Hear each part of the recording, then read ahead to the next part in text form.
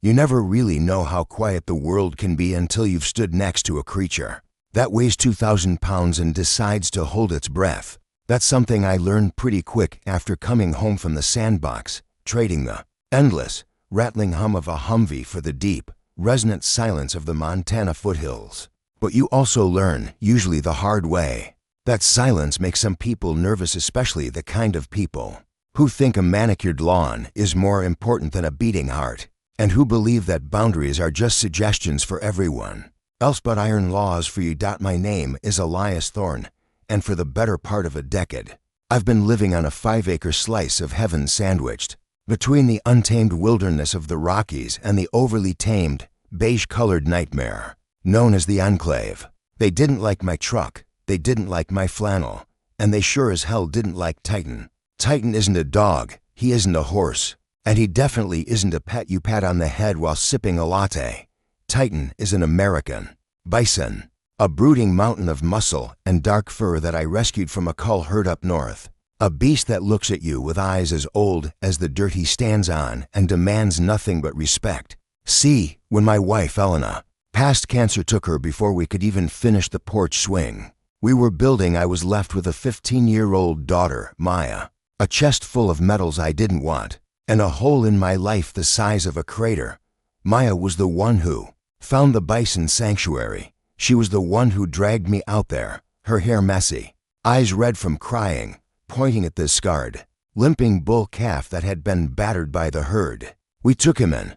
We named him Titan because he had to be strong to survive, and in saving him, I guess we were trying to save ourselves, rebuilding something wild and real in a world that felt like it had crumbled to dust. But then came Brenda Sterling. Brenda wasn't just a neighbor, she was the president of the Enclave's HOA, a woman who wore white blazers to walk her dog in a muddy spring and drove a pristine G-Wagon that had never seen a gravel road in its life. She moved into the McMansion directly abutting my eastern fence line about 6 months ago, and almost immediately the air changed. It started small, the way these things always do, a passive-aggressive note in my mailbox about unsightly agricultural structures, which was just her way of saying she didn't like looking at my barn. Then it was the visits she'd stand at the fence line, always just a few inches on her side, peering through binoculars like she was spotting enemy combatants, her face pinched tight like she was smelling something rotten, which, ironically, was usually just the smell of clean pine and wet earth. "Mr. Thorne," she'd called out one morning while I was mending a post, her voice high and nasal, cutting through the crisp air like a rusty saw. "Mr. Thorne, we really need to discuss the creature. It's breathing quite loudly. It's distressing." The neighborhood dogs, I didn't even look up, just kept twisting the wire. "He's a bison, Brenda. Breathing is part of the package, and your neighborhood dogs are yapping terriers that haven't stopped barking since you moved in. It's an eyesore," she snapped, dropping the polite facade faster than a bad habit. "And it's dangerous. My committee is reviewing the zoning laws. You can't just keep a wild beast next to a residential development where children play. It's irresponsible. It's savage." I stood up then, wiping grease on my jeans, and looked her dead in the eye. "My deed predates your development by 40 years, Brenda. This is agricultural land, protected, state law. Titan stays if you don't. Like the view, plant a hedge." That was the moment I saw it, the shift in her eyes. It wasn't just annoyance anymore, it was war. People like Brenda, they don't handle the word no very well. They treat it like a personal insult, a glitch in the matrix of their perfect little world, where they control everything from the height of the grass to the color of the shutters. She spun on her heel, phone already pressed to her ear, probably calling her lawyer or the sheriff or God himself to file a complaint.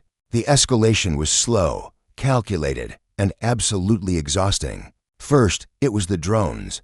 Maya caught them first, buzzing over the paddock like angry hornets, hovering just 10 feet above Titan's head, trying to spook him, trying to get a reaction they could record and use as evidence of aggression. Titan, bless his stubborn heart, just chewed his cud and stared at the plastic buzzing things with bored indifference, occasionally snorting a cloud of steam that fogged up their camera lenses. But it rattled Maya. She's a tough kid, grew up with sawdust in her hair and mud on her boots. but seeing a camera lens pointed into her bedroom window because, oh yeah, they accidentally drifted over the house to that shook her. "There, watching us, Dad," she whispered one night, showing me the footage she'd captured on her own camera. Maya's an artist, sees the world through a lens, and she'd started documenting the harassment. "Look at this, that's Brenda on her balcony. She's got a telephoto lens. She's logging his movements. She's trying to build a case that he's unpredictable." I took the camera from her, my blood boiling low and hot, that old familiar combat readiness tightening my chest. "Let her watch," I said, though I didn't feel as calm as I sounded. Titan's never hurt a fly.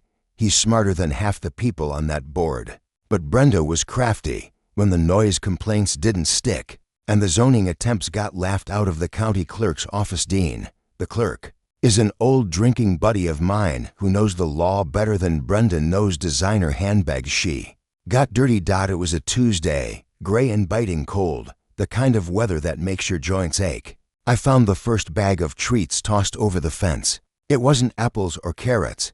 It was oleander clippings mixed with sweet feed. Now, for those of you who don't know, oleander is toxic. Deadly toxic. If Titan had eaten that. I found it because Titan is a picky eater, a connoisseur of grass, and he was sniffing at it suspiciously, pawing the ground, when I saw what it was. Fear spiked in my gut, cold and sharp, followed immediately by a rage so pure it nearly blinded me. I bagged it. I took photos. I called the sheriff. Sheriff Miller came out, looked at the bag, looked at the fence, and sighed, rubbing his temples. "Elias, I believe you. I do. But unless you have video of her throwing it, it's he said, she said. She'll say it was landscapers, or kids, or the wind.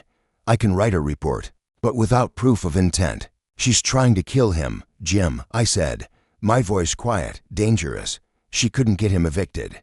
"So she's trying to poison him. Get cameras," Miller said, putting a hand on my shoulder. "High definition. Cover every inch of this fence. Line. Catch her in the act. That's the only way we nail her." So we did. Maya and I spent the next weekend turning our property into a fortress. We mounted 4K cameras with night vision on the barn, on the trees, hidden in birdhouses. We put up signs, big, ugly, legal signs that said private property, nitrogen monoxide trespassing under surveillance. We dug in. We waited. Brenda didn't like the signs. We saw her on the feed the next day, standing there with a man I didn't recognize, a tall, nervous-looking guy in a cheap suit, holding a clipboard. They were pointing at the signs, then pointing at Titan, who was resting near the water trough. Brenda was gesturing wildly, chopping the air with her hand. You didn't need audio to know she was furious. She was losing control, and for a control freak, that's the ultimate trigger. Then came the safety inspection. 2 days later, a letter arrived, certified mail, on heavy, cream-colored stationery that probably cost more than my weekly grocery bill. It wasn't from the city. It was from the HOA's legal team, claiming emergency community exigency. They claimed they had credible reports that my fence was failing, which was a lie. I built that fence with railroad ties and steel cable. It could stop a tank, and that they had the right to enter the property to assess the structural integrity of the barrier protecting their residents. I showed it to my lawyer, Harlan Vance. Harlan's a guy who looks like he sleeps in his office and survives on coffee and spite. But he's the best shark in the tank. He laughed so hard he nearly choked. "This is garbage, Elias. Emergency. Exigency. They made that up. They have no jurisdiction. If they set 1 foot on your land, it's criminal trespass. But listen to me, they're getting desperate. They're poking the bear, or in this case, the bison. They want a reaction. They want you to yell, or they want Titan to charge the fence. Don't give it to them. I won't, I promised. But I underestimated Brenda's arrogance. I underestimated just how far she was willing to go to prove she was the queen of the hill. It happened on a Sunday afternoon. I had to run into town to pick up supplies, welding rods and grain. Maya was home, working on her school project in the loft of the barn. I told her to stay inside, keep the doors locked, just in case. I checked the cameras on my phone before I left. Everything was quiet. Titan was grazing in the south paddock, calm as a statue. I was 20 minutes out when my phone started blowing up. It was the motion alert, not just one dozens. Buzz, buzz, buzz. I pulled over, heart hammering against my ribs, and opened the app. The feed from the east camera froze my blood. The gate, the heavy, chained gate that separated my land from the HOA greenbelt, was open. The chain had been cut. And there, walking into my pasture like she owned the place, was Brenda. She wasn't alone. She had the nervous suit guy with her, and he was holding a drone controller. No, a noisemaker, an air horn, and Brenda was holding a red umbrella, a bright, screaming red umbrella. They weren't inspecting the fence. They were staging a provocation. I screamed at the phone, "Get out of there," as if she could hear me, throwing the truck into a U-turn that sprayed gravel across the highway. I floored it, the old Ford engine roaring in protest. I called Maya. "Dad," she answered, her voice trembling. "Dad, they're in the pasture. They cut the lock. They're walking toward Titan. Stay in the barn, Maya. Do not go out there. Record everything from the window. She's opening the umbrella, Dad. She's, oh my God. She's trying to scare him toward the fence. She's trying to make him charge the fence line." I was doing 80 on a 40-mile-an-hour road, knuckles white on the wheel. "I'm coming, baby. I'm 5 minutes out. Call Miller. Call the sheriff now." The video feed on my mounted phone showed the nightmare unfolding in real time. Brenda was marching through the snow, confident, arrogant, waving that red umbrella at a 2,000-pound animal that had dealt with wolves and blizzards. She thought he was a cow. She thought she could shoo him away like a stray dog. She wanted footage of a vicious wild animal attacking, so she could get the court order to have him destroyed. She was manufacturing a crisis. Titan stopped grazing. He lifted that massive, shaggy head. He didn't run away. Bison don't run away from threats. They face them. He turned his body, slow and deliberate, lining up with her. His tail went up the danger signal. "Get out," I shouted at the screen, tears of rage and terror stinging my eyes. "He's gonna kill you, you stupid woman." The nervous man seemed to realize it first. He backed up, lowering the air horn. But Brenda, she stepped closer. She popped the umbrella open and shut. Snap, snap, snap. She yelled something. I couldn't hear it over the truck engine, but I saw her mouth moving, that same entitled sneer. Titan lowered his head. He pawed the earth once, a deep gouge in the half-frozen mud. Then the world seemed to slow down. Titan didn't just charge, he exploded. It was 0 to 30 in 3 strides, a locomotive made of bone and fury. Brenda's confidence evaporated in a split second. I saw the moment realization hit her that this wasn't a subordinate she could fire. This wasn't a contractor she could sue. This was nature, and nature was coming for her. She screamed. She dropped the umbrella. She turned to run, but in the snow, in those ridiculous designer boots, she had no traction. She slipped. She went down hard, flailing, scrambling backwards on her hands and knees, staring up at death rushing toward her. I screeched into my driveway, leaping out of the truck before it had even fully stopped rolling, sprinting toward the paddock, my lungs burning. "Titan, no, stand down," I roared, my voice cracking, though I knew he couldn't hear me over the thunder of his own hooves. The nervous man had already bolted, scrambling back through the broken gate like a rat leaving a sinking ship. Brenda was alone, curled into a ball, in the mud, screaming for help. Titan closed the distance. 10 yards, 5 yards. And then, he stopped. He didn't gore her.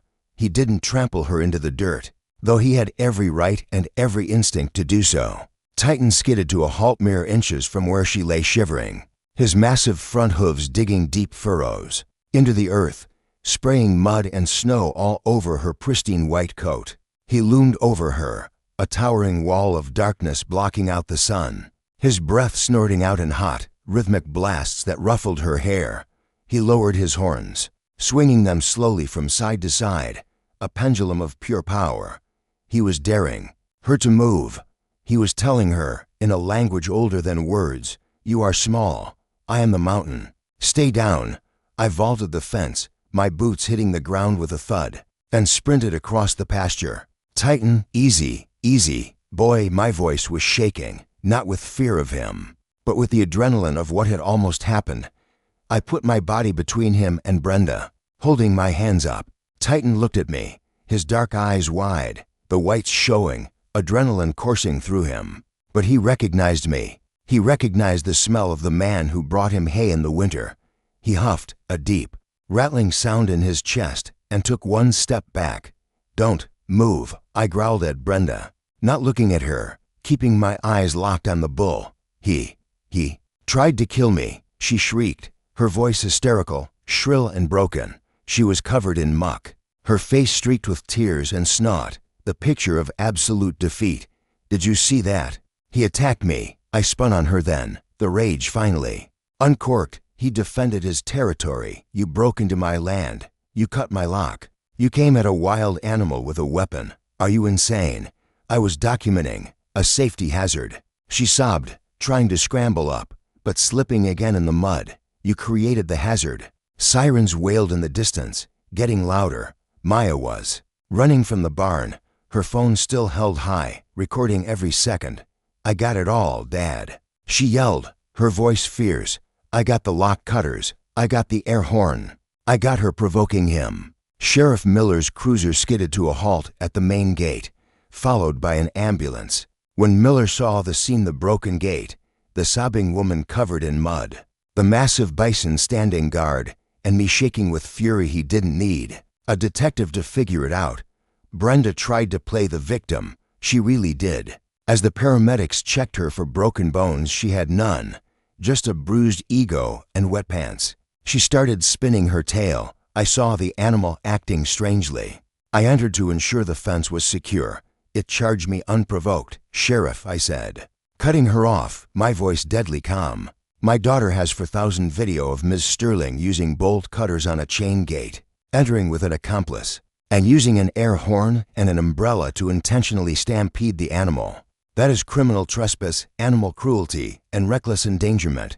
Miller looked at Brenda, then at me, then at Maya, who held up her phone. He walked over to Maya, watched the video in silence. Brenda went quiet, watching him watch the evidence of her crime. The color drained from her face, leaving it pasty and gray beneath the mud. Miller handed the phone back to Maya. He walked over to Brenda, pulled his handcuffs from his belt, and said the words I'll never forget. "Brenda Sterling, turn around and place your hands behind your back. You can't arrest me," she gasped. "I'm the HOA president. I don't care if you're the Queen of England," Miller said, snapping the cuffs on. "You just committed a felony on camera." The legal battle that followed was brutal, but it was the kind of brutality I enjoyed watching. Harlan Vance, my lawyer, was like a kid in a candy store. He filed a countersuit so fast the ink was still wet when it hit Brenda's desk. We didn't just sue for trespass, we sued for emotional distress, property damage, and this was Harlan's masterpiece conspiracy to depreciate agricultural assets. During the discovery phase, we found the emails. Oh, the emails. Brenda had been emailing the other board members, detailing her plan to trigger an incident to force the county to rezone my land. She called Titan a mangy beast and me trailer trash. She even discussed how to make the animal look rabid for the cameras. It wasn't just a neighborhood spat. It was a calculated campaign to destroy my livelihood. But the real justice, that didn't happen in the courtroom. It happened online. Maya edited the footage. She didn't add dramatic music or commentary. She just sensed the security camera angles. With her handheld footage, she titled it HOA President Breaks into Bison Pasture. Regrets it immediately. It went viral overnight. I'm talking millions of views. The internet did what the internet does best. They dissected Brenda. They memed her frantic backward crawl through the mud. They made remixes of her scream. But more importantly, people saw Titan for what he was, a magnificent animal standing his ground against a bully. The comment section was a goldmine. Team Titan shirts started selling on Etsy. The National Bison Association even released a statement condemning the harassment of livestock owners. Brenda didn't just lose the lawsuit. She lost the neighborhood. The silent majority of the enclave, the people who were terrified of her, who paid their fines and kept their heads down, finally stood up. They saw the video. They saw the emails Harlan released to the public record. They called an emergency board meeting and voted her out in a landslide. It turns out, nobody really likes a tyrant. They just tolerate them until they see them face down in the mud. We settled out of court because Brenda's lawyer begged us to. She paid for a new, electrified reinforced fence. She paid my legal fees. She paid a substantial sum for stress damages to Titan, which we donated to the Bison Sanctuary. And part of the settlement was a restraining order. She couldn't come within 500 feet of my property line, since her house was within that zone. Well, she had to move. The last time I saw her was the day the moving trucks came. She was sitting in her G-Wagon, watching the movers load her white sofas.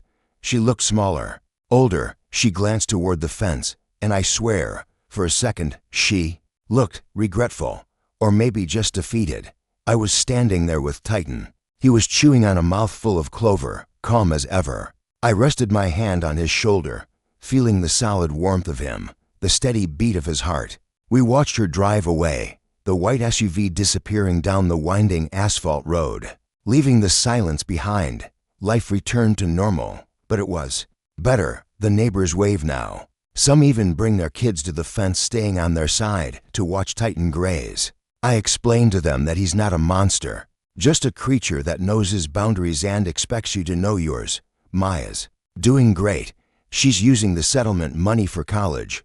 And me, I'm still here, still building furniture, still drinking coffee on the porch, listening to the wind in the pines and the heavy, comforting breath of the bison. But sometimes, late at night, I read the comments on that video. Most people cheer for us. They say justice was served. They say she got what she deserved.